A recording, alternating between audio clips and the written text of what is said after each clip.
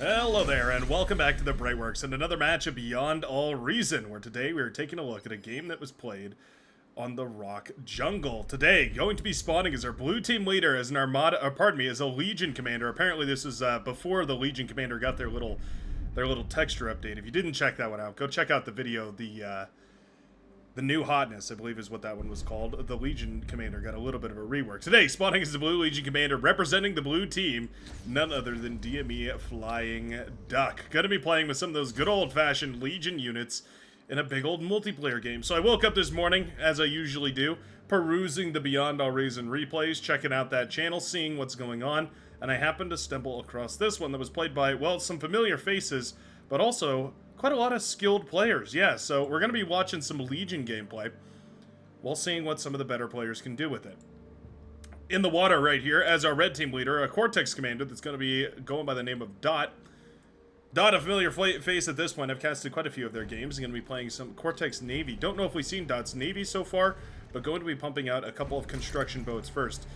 Interesting strategy here from the red team. I do want to take a step back and break down exactly what's going down. Let me break it down for you, Mark. SK10. Sorry, that's... Sometimes the random reference comes to mind and I can't help myself from making it. Even if I know that one person out there is going to make it. This one's for you, random citizen. SK10, going to be jumping in front right here. And then, I guess, defending the red commander. So it does make sense to go for these double construction boats. Usually this would be considered pretty greedy. Going for double construction boats means that you're not going to have any actual units on the field for a little while. But if you have a commander in front to defend yourself, then I guess this really isn't the end of the world. You can afford to get that extra construction boat up, then you can send it away to build tidal generators, and then it passively kind of improves your economy the entire game. I don't mind it. I don't mind it at all. It does, of course, mean, though, that there's going to be an open spot right here that the orange commander didn't take. So one thing that we've seen on this map, one of the ways that we've seen this played, is essentially this commander here, the orange, where the orange commander would have spawned in this position, would normally move along this coastline until they get to here, set up a naval lab along this little choke point here, and then fight in and out of these rivers with boats until they eventually help their teammate in the water win this lane, while just trying to defend against here. That's kind of the bread and butter that we've seen here.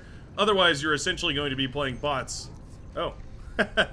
Spectator was drawing on the map right there and it confused me. I thought I had drawn something subconsciously with my mental powers. No, sometimes what we'll see is basically a pivot towards vehicles right here, and then you just try and slowly push forward on this line until eventually you drive them back to this cliffside, and then you make a sharp turn and go down south here to try and open up this southern area here. Obviously, this all goes ditto for the northern side that's mirrored right here. But right now, it looks like the red team is up to something interesting. So I'm curious to see what SK10 is going to be up to. I noticed, as I'm sure you have, that this replay was actually on the shorter side for an 8v8, so I was curious to see why exactly that was. A couple of those goblin mechs running around. Those little two-legged Gundam forces. I absolutely love these things. I think they look adorable. Their little mecha bodies just looking phenomenal. The Goblin's an interesting unit. It fires a little burst of bullet projectiles. It's not really it's not a Gauss. It's not a laser. It's just a bullet, 50 caliber bullet, I imagine, because these robots are quite large and it takes a lot of DACA to bring them down. Gunboat in the backline, by the way, has been a nuisance, harassing down these different lines. Frigates are being sent forward right here. Oh, I see. Okay, so the red commander is just building the economy and building the units and sending them up and handing them off to SK10 on the front. Interesting. Not the end of the world, of course, because it does mean, not the end of the world at all, I suppose, for Pepe Julian Onzima? Not the end of the world because, of course, it means that really this is only one player's production, right? The orange commander is sending all that metal back towards the red commander, but it's really only one commander actually producing any of these resources, and all of these have been left unclaimed for so long. Oh, no. The brown commander back here, that's going to be Geronimofo, the, brown commander, 16 open skill American hero, should be sending a constructor around to claim all these. There we go, we do have a con indeed. Going to move around to claim all these mechs. It's a little bit slow in the draw, though, for my liking. I would have liked to see those up quite a bit sooner. The red team seems to be ignoring the fact that they don't have anybody on this southern line. Look at that, somebody doing my job for me, highlighting the key areas right here. This is a massive problem. This choke point right here is going to be a huge issue if we don't clean that up. The pink player Aggressa and Geronimofo are both going to need to basically 1v2 Yeah, because there's Booza, the air player right here for the blue team. And then we have the lavender and the powder blue players on this side. So these are both two commanders going to be weighing against just one on both of these lanes right here. Indicate that with the double arrowed line. SK-10 holding his own right here. We do have the Dolphins now marching forward, trying to get a decent engagement here. They will be able to blast down. Oh, they don't get the frigate. Wow. What a rough engagement right there. Yeah, frigate nicely protected by its brethren. Saved by the force put on the water here. SK-10 just constantly repairing that destroyer, trying to keep it up and running right here. Pepe doing a wonderful job of repairing his as well, and down goes the destroyer. Dang. Alright, well, with the destroyer down, obviously you lose a lot of range, but this single destroyer is quite vulnerable to attack right now. Indeed, you can see it being blasted away by these frigates. The commander alone can't really keep up with the damage output from those frigates, but it can do a lot to stall out the inevitable, right? Keeping these frigates unable to kill this destroyer for a good long time. Hazard made the Dolphins and sent them forward, now is going to pivot into higher tier of units. One of these commenting that Hazard made Dolphins, so no, that's just OP feed. And I think I agree. I think those Dolphins probably would have been better spent as just a bunch of frigates to brawl on the front line. Quave's commander, his second commander here, his first one lying in ruin right there. It's like staring at your own dead body. Sorry, I got really loud right there all of a sudden. I guess I zoomed pretty far in. Oh, nice deny right there from Flying Duck. You might have missed it right there. Denying Duck. The Flying Duck able to degun the corpse right there just barely in order to deny any of that reclaim to Quave. That's actually a huge play right there. That's 1,000 or so metal that would have gone back to the pink economy. Would have been very difficult to contest, but now is going to be, well, denied at the very least. And it means that the commander is down. It means that this front line is opened up ever so slightly more. More frigates on the front. Hazard continuing to move forward. It looks like Dot is looking to get a little bit more aggressive here. We do have the commander out now. Hazard's commander is marching forward, trying to go for maybe some sort of a comm bomb or something. Do the commanders spy each other? Indeed they do. Looks like it's going to be a hug of death. Maybe trying to self-destruct underneath all of those boats. What are we up to under the water here?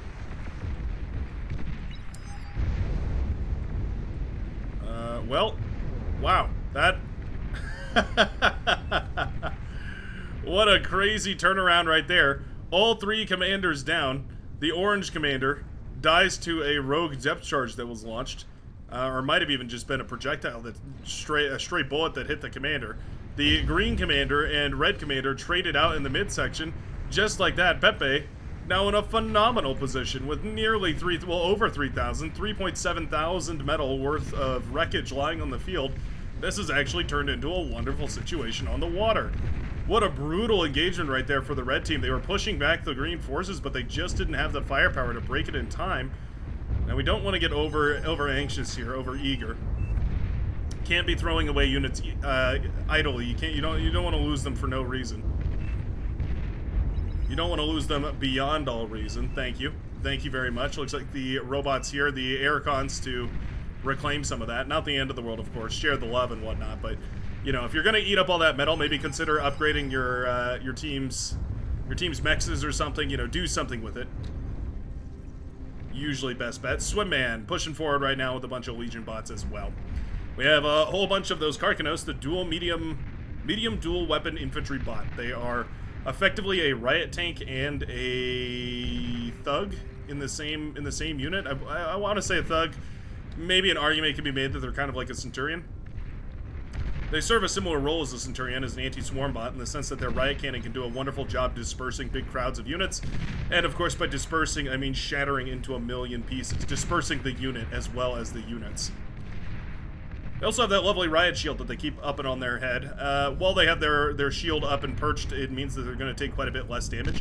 Once it's knocked off, it will regenerate after a short amount of time. It's one of those things that I think probably needs a look at after some of the other animations, like a back burner kind of idle project, but I imagine that'll get an update sometime. I always thought an energy shield would make a lot of sense, right? Because those can just recharge. Oh, Flying Duck, a little greedy maybe, trying to go forward and claim some of this wreckage here. Gets caught by the destroyers. It is a bit of a blunder. Can we actually defend the wreckage in time to reclaim it? Well, there's no res subs out and all the commanders are dead, so I think the answer is just no. Might just end up being another 1,000 or so back to the green commanders in the water. What a turnaround on the Navy. That is a brutal way to lose your Navy lane, is just to lose 3 commanders under the water and all your boats with them. Air forces have been pulled over here, and the cacophony is trying its best. Pretty pathetic anti-air capabilities, but it does have anti-air capabilities. So you have heard of me. Mosquitoes in the air to poke down some of these other things. Mosquitoes are pretty interesting. They're a T1 gunship that stores up a bunch of missiles and then unloads them all very quickly. Basically what it means is you want to dive on a unit and then pull them back basically as soon as you do. It's kind of a weird unit to engage with. They're very, very strange, but oftentimes can be some interesting plays made with them. Yellow Commander starts up the T2 lab and then leaves the game, interestingly enough. Alright. That means Quaif is going to be in charge of this entire front line on the northern side. That is a rough situation to be handed. Suddenly you're fighting against some of the two top players on the enemy team. As soon as the Green Commander transitions out of water and starts pivoting into actual land-based units, this is going to be very, very rough. Res Sub's picking up some of the boats over here, doing a lovely job of helping the Orange team get back into this game. For all intents and purposes, this naval match should be over, but the Orange Commander, SK-10 and Dot are both hanging in there as well as they can. At 3.7 mechs, of course, very valuable for churning out metal. One thing I'd love to see as a Legion Air Commander is going around and upgrading people's mechs with those air cons. This is a weird niche little detail, but a lot of people don't realize this. The Legion Overcharged Metal Extractor actually has quite a low build power cost. And what that means is that you can throw one of these together really quickly. Oftentimes it can be the difference between winning and losing a otherwise sour engagement. Yeah, trying to keep these Karkinos engaged against the medium bots, but the Ballista are oppressive, especially in numbers like this. You're gonna have a really hard time finding very much value against them. Hey, dive bombers come in though, those kamikaze drones connecting with a large part of that force, and a wonderful job driving back some of the ballista forces here from Geronimofo. Wonderfully done. T2 Lab coming up meanwhile in the back line, and we're going to start upgrading all this. Surprising to see that we didn't go for any overcharge mexes. They're extremely powerful. Two times the metal output from one of those overcharge mexes means you end up with a really, really sturdy economy, enough to pivot easily into T2 or do massive T1 spam. There are some interesting Legion plays. One of the reasons I'm so excited for Legion to become more mainstream is just to see what plays can be found about it. But one of the interesting things about Legion is, of course, you can be extra greedy in your T1 era by just upgrading to those overcharged mexes. 300 metal apiece is a steep price to pay in the early game, but the sooner you have it transition to an overcharged mex, the sooner you're going to start pumping out even more metal, effectively doubling your economy against your opponent. There's bound to be some sort of interesting trade-offs back and forths, different random things like that you can do with such an option. I'm liking this situation up here on the northern side for the red team. The tank commander pushing forward right now, but we need to see these units pushing even further forward. Yeah, those ballista firing away right now, and there is radar here for both of these teams. Not sure why one of these can fire and the other can't. I guess it's just a little bolder. Bunch of Centaur now running forward, trying to find value wherever they can. I think this might be the first big run-by of the game that we've even seen. A couple of Strider are out. We also have a Belcher, the Napalm Slinger. It spews napalm out of its schnozzle, much to the dismay of any unit caught inside of the fiery wrath.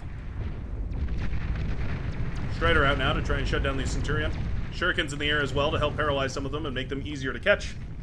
And of course, with the T2 difference, that will be more than easy enough to clean up by the tank commander. I like the idea of sending those Centaur. They are quite fast and they're quite maneuverable. Unfortunately, just not enough in order to actually win that fight. My goodness. Ballista missing every shot right now, giving the Hounds every opportunity to fight back. Gunslinger on the front here as well. I don't mind it for the time being. While the Gunslinger is just going up against T1, I think it can get a lot of value. The Hounds, of course, are just fight commanded. Whoops, pardon me. Didn't mean to do that. Hounds are just fight commanded forward, so they'll just march until they can fire at something, and then the Gunslinger is kept around in the front to basically distract the missiles from connecting with any of the more important units in the backline. Provides a lot of vision as well, which is always nice. Those siege units definitely need it. We do have bombers building in the backline. I see bombers.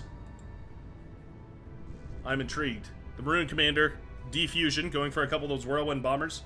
Meanwhile, the ballista forces here for the Brown Commander, Geronimofo, have been depleted. We do have a couple of these Hive Hexapod drone carrier platforms, eager to launch their drones out into the world. Trying to find some value. You know, the drones, they're nice. I think their real value is in strategic scouting. They can be very, very useful for scouting positions and allowing artillery pieces to connect in nice ways. Other than that, though, oftentimes I find them a little underwhelming. At least for the cost you pay for them in the early game. In the late game, they can be useful just as a spam unit. You can effectively set them up anywhere, especially if you have a bunch of air cons. Until then, though, oftentimes I feel a little bit underwhelmed by them. Shuriken here, not nearly enough to paralyze these units. Yeah, anti-air is thick right now. We have tons and tons of those bird eaters as well as some skater in order to shoot those. Oh no, those are herrings, pardon me. In order to shoot all these downs. Yeah, the green commander looking for the engagement, and I think they found it. With the destroyers, the Corsair pushing forward right here, and the Oppressor pushing forward on the southern side. There's not really an option right now for the orange and red commanders. They have to pull everything back to defend the base, and there just isn't enough stuff. It's more stuff beats less stuff to a T, and this is exactly what that looks like. Another interesting thing about Navy is that you can upgrade to overcharge metal extractors using air constructors. So that's another easy way Legion can help out Navy players, is just by upgrading their metal extractors onto the water to overcharge mexes. Obviously, you have to pay that higher energy price to run the metal extractor, but for the effect of producing twice as many boats, I'm pretty sure any Navy commander is going to be more than happy to build a couple extra tidal generators in order to vastly, vastly outproduce their opponent. But there we go. The green forces overwhelming the might of the red Navy. Striders breaking through and into the backline here as well. A couple of those elevated meatball platforms firing away with their twin rotary Gatling cannons, now decimating the base back here of the brown commander. They don't manage to do as much damage as I would have expected here, actually. I mean, some wind turbines and some metal extractors. They did get the geothermal as well, which is nice. That pops a lot of the energy production. And now they're going on to kill some of the metal extractors. This follow-up attack is really what it's all about, though. The forces pulled back to defend against this aren't on the front line to stabilize, and with that, it means that suddenly, drones? I'm waiting on these drones to come out. There we go. Suddenly, the only defense are these little drone carriers that are being blasted apart by the napalm launchers. Belchers spewing their napalm across, and you can see just how brutal it is to go up against those, how quickly they can melt down a static defense. Napalm, one of the most insidious tools in the Legion artillery, or the Legion toolbox, shall we say. Very, very powerful for dealing with big swarms of units. Effectively anti-swarm and anti-tank at the same time, because the the tanky units move very slowly, so they stay in the napalm longer. And the swarm units have very little HP, so they don't need to stay in the napalm nearly as long for it to be effective. That's one of the biggest complaints that I've heard about Legion. It's just that people are unsure about how napalm is going to work as far as whether it'll be balanced or not. Certainly seems like it's difficult to play against, but I think there's adaptability. Certainly you can change up your playstyle. It's an APM tax, if anything, and I think one of the biggest things that BAR is well known for is not being as APM intensive as other games. However, that's only for the layman, for me and you. For the pros, every APM that they can afford to spend, they're going to, and they're going to use it to take any advantage that they can. One of the reasons why I think Legion is going to be very popular as soon as it hits full release, and I can't wait to see what some of the pros can cook up with it. I've always been an economic strategist. I like the way that economies, trying to get an economic benefit so you can outproduce your opponent, but I'm certain there's a lot of fancy micro tricks you can do with napalm and with some of the other the cluster munitions and all sorts of other stuff that are going to be fun to see how some of the better players take advantage of. Hounds here ravaging the base of the purple commander. Meanwhile, the attack over on the southern side has been mostly cleaned up. I want to say the Strider have been basically pushed back. Sumo's now out on the line, and it is nice to see them. However, there's only so much they can do. The poor Sumo trash can bots there, overwhelmed by the Fiends and Sheldons and Arbiters and all the rest of this junk on the front line here for the Powder Blue and Lavender commanders, and it does mean that the Strider are eventually overwhelming these forces. Scorpion turret is nice. Very good for blasting down single heavy targets, but it's not going to do well against a swarm. It's about as good as it gets, though, trying to fire away into this crowd of Fiends and Sheldon. Prioritizing the Sheldon would probably be top bet, but as long as it's trading out, it's going to be fine. Aggressive trying to get this AGO up and running. Losing the geothermal, though, and a bunch of the metal extractors is slowing down that progress immensely. Now Pepe Julian Onzima is going to be setting up camp in the back line here of the red team. The vote is called. And it does appear that the game has been won. The blue team with an overwhelming victory on the southern side with an interesting comeback on the midsection here. 3 dead commanders was more than enough metal for the green commanders to come back into the Navy game and eventually overwhelm the forces of the red and orange and eventually sweep through every base until victory was won. A beautiful counterattack on the northern side from the red team, but it just wasn't quite enough damage, and at the end of the day, the blue team manages to snatch the victory. Thanks a ton for watching. I sure hope you enjoyed this game. I sure hope you'll tune in for the live streams Tuesdays and Saturdays, 12 to 4 PDT. And I'll see you in the very next cast. Peace out, everybody, and have a wonderful rest of your day.